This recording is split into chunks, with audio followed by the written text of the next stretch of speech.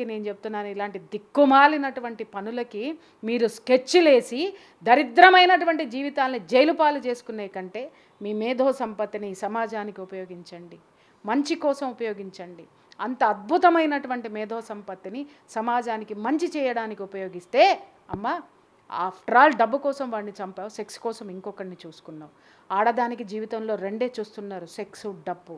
ఒక్కటే చెప్తున్నా, అది కొంతకాలమే మీకు పనిచేస్తుంది. దానికోసం మీరు చేయకూడనటువంటి పనులు చేస్తున్నారు. వ్యభిచారి కంటే హీనంగా తయారయ్యేటటువంటి ఈ పరిస్థితులు ఏవైతే ఉన్నాయో మిమ్మల్ని నడి రోడ్డు మీద పెట్టి భయంకరమైనటువంటి సిచ్యుయేషన్లోకి తోసేస్తాయి పరిస్థితులు. ఆడపిల్లలు ఏమనుకుంటున్నారు, కొంచెం కూడా బుర్ర బుద్ధి జ్ఞానం లేకుండా ప్రవర్తిస్తున్నారు. ఒకడా లవరు, ఒక్కొక్క దానికి నలుగురు ఉంటారా? ఒకరిని పెళ్లి చేసుకుంటుంది, ఆఫీసులో ఇంకొకరితో ఉంటుందా? చస్తున్నాను రోజు ఈ కేసులు వినలేక.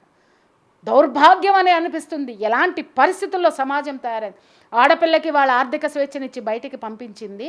అమ్మా, ఒకప్పుడు ఆడపిల్ల పుట్టింది అంటే వంశంలో వడ్ల గింజేసి చంపేవాళ్ళు, తెలుసా మీకు?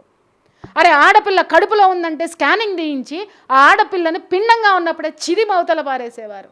అలాంటి ఆడపిల్లల గురించి ఎంతమంది మహిళా మూర్తులు ఎంతమంది ఫైట్ చేస్తేనో, ఎన్ని విప్లవాలు నడిస్తేనో, ఎంత పోరాటాలు జరిగితేనో ఈరోజు మీరు గడప దాటి దేనికోసం పోరాడారు? మీరు ఇలా వచ్చి మర్డర్లు చేయడానికో, ఒకటికి నలుగురిని మెయింటైన్ చేయడానికో వాళ్ళు పోరాటాలు చేసి ఈ స్వాతంత్రాన్ని మన అయినటువంటి మహిళలకు ఇవ్వలేదమ్మా.